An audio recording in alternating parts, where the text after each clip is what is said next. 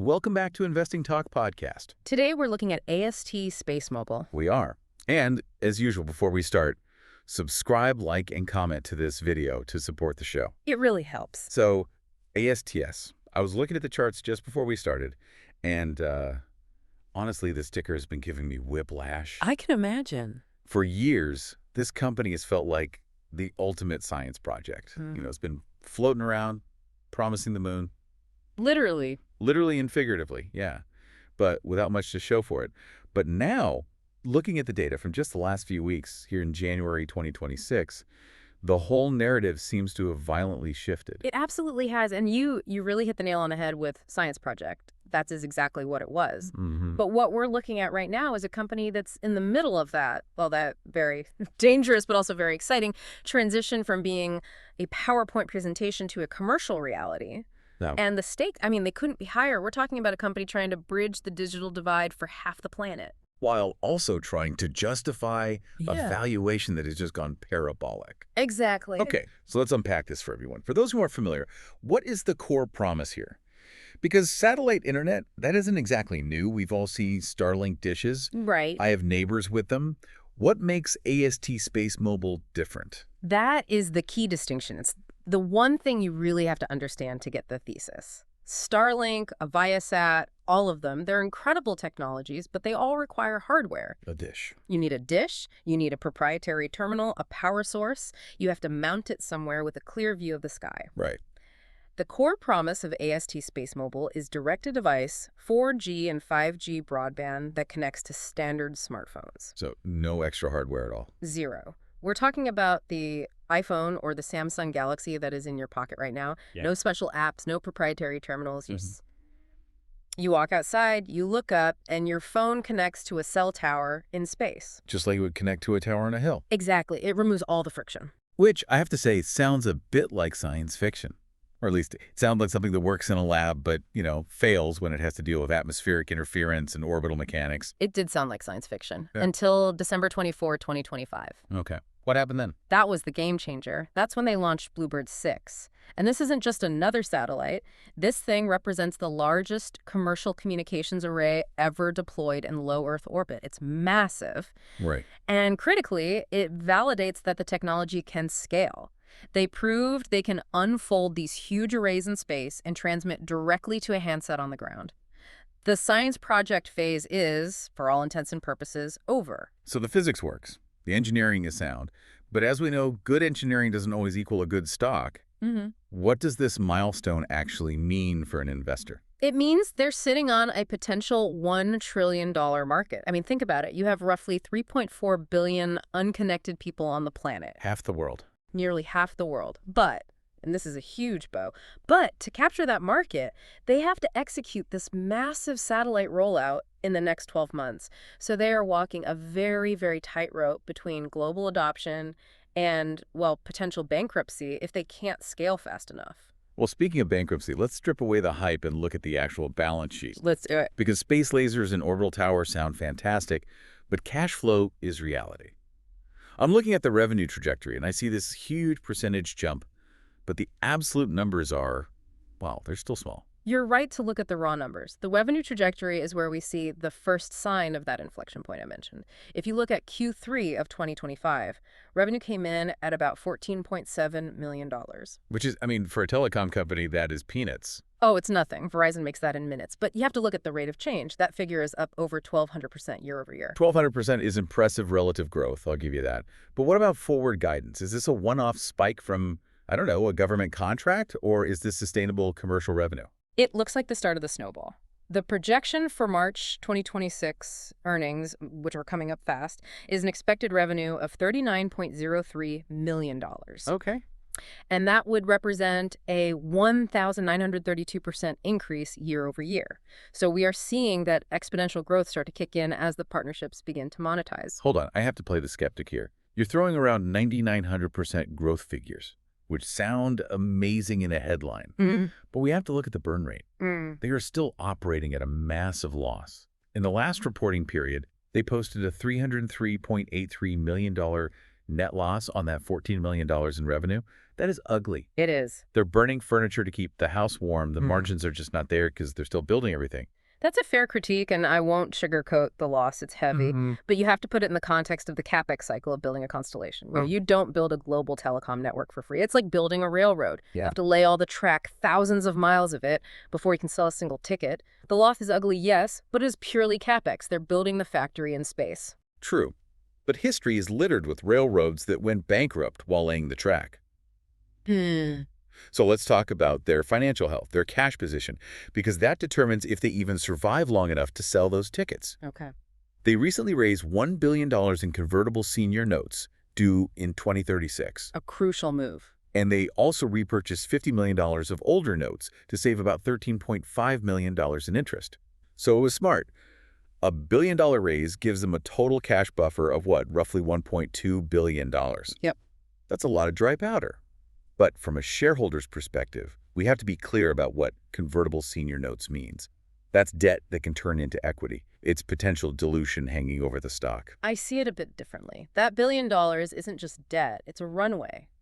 That cash provides the fuel to launch 45 to 60 satellites by the end of 2026. Which is the magic number for continuous coverage. Exactly. It means they don't have to go back to the market begging for money every quarter, which just kills momentum. It stabilizes the operation so they can just focus on execution. Let's talk about the moat. Because money can buy satellites. Elon Musk has plenty of money. Jeff Bezos has plenty of money. Money can't always buy a competitive advantage. Why can't Starlink just flip a switch and crush them? Because AST SpaceMobile has a moat that is incredibly difficult to cross, both legally and technically. First, there's the tech. They're sitting on a portfolio of over 3,800 patents, but the real difference is what we just touched on, the user experience. The no-dish factor. Exactly. Starlink is incredible, but it requires a terminal. You buy the hardware, you set it up. AST works with the device you already own. But the second part of the moat, and honestly I think it's the stronger part, is the network effect from their partnerships. They aren't trying to fight the telecoms. They're partnering with them. The old, if you can't beat them, join them strategy. Precisely. They have agreements with over 50 mobile network operators. We're talking AT&T, Verizon, Vodafone. So instead of trying to steal customers from AT&T, they're becoming a premium service add-on for AT&T's customers. That's it. It gives them immediate, friction-free access to about 3 billion potential subscribers through wholesale revenue sharing. They don't have to spend a dime on marketing because Verizon is doing it for them. Okay, the story sounds good. The partnership model makes a lot of sense. But let's pivot to the charts to see what the price action is saying. Yes. Because since the start of 2026, this thing has been moving, and usually when a stock moves this fast, something breaks. Moving might be an understatement. The stock is a rocket. We're looking at it being up 62% year-to-date here in early 2026. Wow. And if you zoom out to the last 12 months, it's up 386%. And it just hit a new 52-week high of $104.80. That's a massive run. And critically, it's trading well above its 20-day and 100-day simple moving averages. Technically, this is a very strong uptrend. There is real momentum here. I want to look at the accumulation data, though. We mentioned that billion-dollar convertible note raise. The conversion price on those notes is roughly $96.30. All right. That creates a very interesting sort of natural support floor.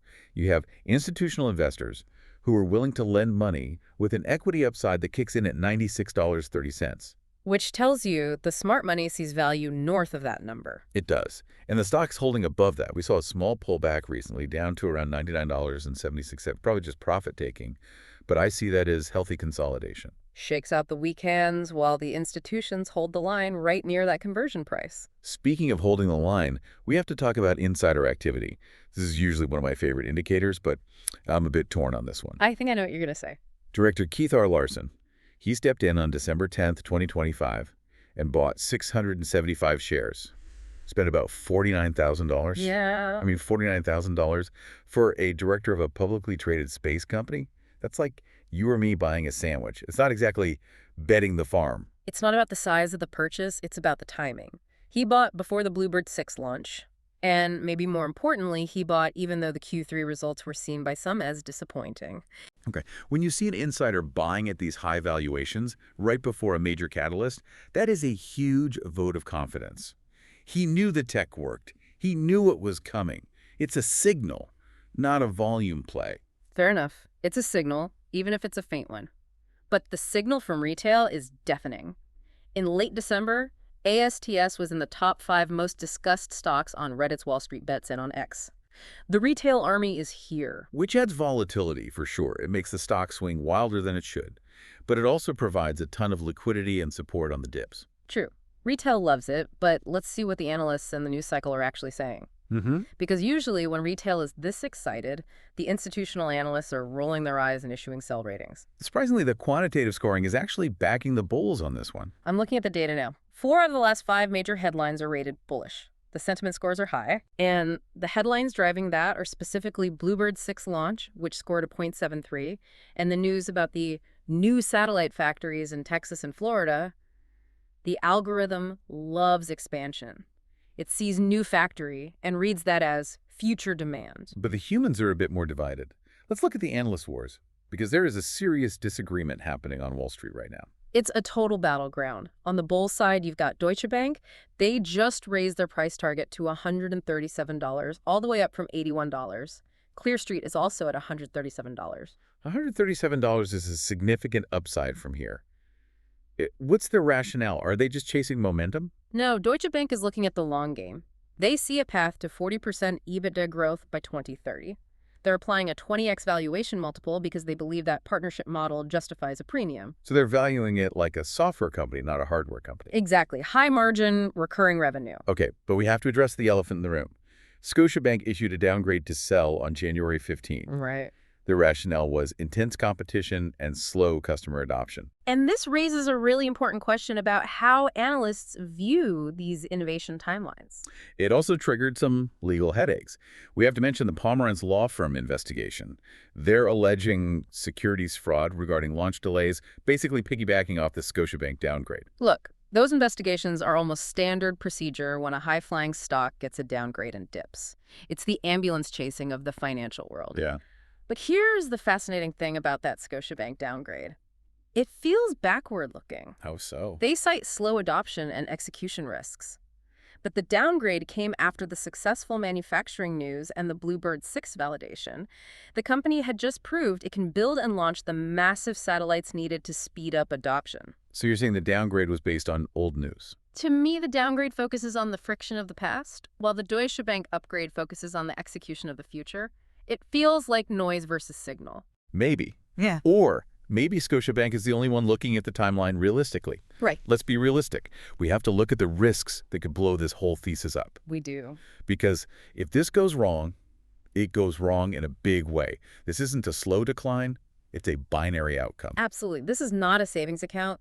If you put your rent money in this stock, you are crazy. Risk number 1 is execution and launch cadence. You mentioned the promise. 45 to 60 satellites by the end of 2026. That is an incredibly aggressive timeline. It's borderline crazy. The immediate hurdle is they need 5 launches by the end of March 2026. Right. And space is hard. We've seen it time and time again. One launch failure, one supply chain snag, one rocket exploding on the pad, and that revenue timeline pushes from 2026 to 2027. And the market absolutely hates delays. Especially when the stock is priced for perfection. They're trading at a 25.5 times price-to-book ratio. Which is high. High. It's astronomical. The telecom sector averages around 1.1 times price-to-book. ASTX is trading like a tech unicorn, not a utility. That leaves zero room for error. If they miss a deadline, the multiple compression could be brutal. You could see the stock cut in half overnight. That is a valid concern. If they slip, the stock slides. Risk number 2, valuation and competition. As I said, the valuation is stretched, but the competition is not sleeping. Starlink has over 9 million users, and there's a new threat on the horizon that caught my eye. You're thinking of Blue Origin. Blue Origin's TeraWave announcement. They're promising 6 terabits per second speeds. That is massive bandwidth. If they get that up there, does AST become obsolete before they even finish their constellation? It's massive bandwidth, but we have to connect this to the bigger picture. TeraWave is in the early stages. It's a paper tiger right now compared to hardware that's actually orbiting the Earth. Okay. And again, Starlink has 9 million users, but every single one of them had to buy a dish. AST SpaceMobile has that carrier moat. They're integrated into the billing systems, into the spectrum of the largest carriers on Earth. So you think that moat holds up against Bezos and Musk? Those are 2 guys I generally don't like betting against. I think the risk is high, but the moat is defensible. Starlink solves a different problem, fixed internet. AST solves connectivity for people on the move. And TerraWave, that's a concern for 2030, not for 2026. The immediate risk is purely execution. Can they get the birds in the sky? We've looked at the tech, the money, and the risks. Let's give a final score. Put a number on it. Okay. Taking everything into account, I am giving this a bullish score of 7.5 out of 10. 7.5. Walk us through the math. Why not higher, given the trillion-dollar market and the game-changing tech? The fundamental inflection is undeniably here. You just don't ignore 9 to 100% projected revenue growth. The tech is proven with Bluebird 6. The partners are signed. AT&T and Verizon aren't going anywhere. And they have the cash. And crucially, they have $1.2 billion in the bank to execute. The pieces are on the board. So why not an 8 or a 9? Because of the execution risk. Yeah. That 2026 launch schedule is so tight. If they miss their March targets, the whole thesis takes a hit. And that valuation premium 25 times book means the market has already priced in a lot of success. It's not a bargain. It is not a bargain. It's a momentum play. So what's the investment thesis here? How do you actually play this? For the short term, say the next 6 to 8 weeks, I see a swing trade opportunity leading into Q1 earnings and those March launches. The hype cycle is going to build. I'd be targeting a move back to that $120 or $137 range. And for the long-term holder, the person who wants to put it in their IRA and forget about it for a few years? For the 2 to 3 year horizon, this is a hold for the 2027 revenue ramp. If they can hit that 24-hour coverage milestone in mid-2026, the revenue changes from experimental to commercial utility. If that happens, this is a multi-bagger. I agree with the upside potential, but I am going to remind everyone to watch that launch schedule like a hawk. Every single launch notification is a binary event for this stock. It really is. If the rocket goes up, the stock goes up. If it stays on the pad, you need to be careful. Do not bet more than you can afford to lose on this one. And that's the thrill of space investing, isn't it? That's the reality for AST SpaceMobile. High risk, high reward. Don't forget to subscribe and let us know in the comments. Are you buying the dip or are you waiting for the launches? See you in the next one.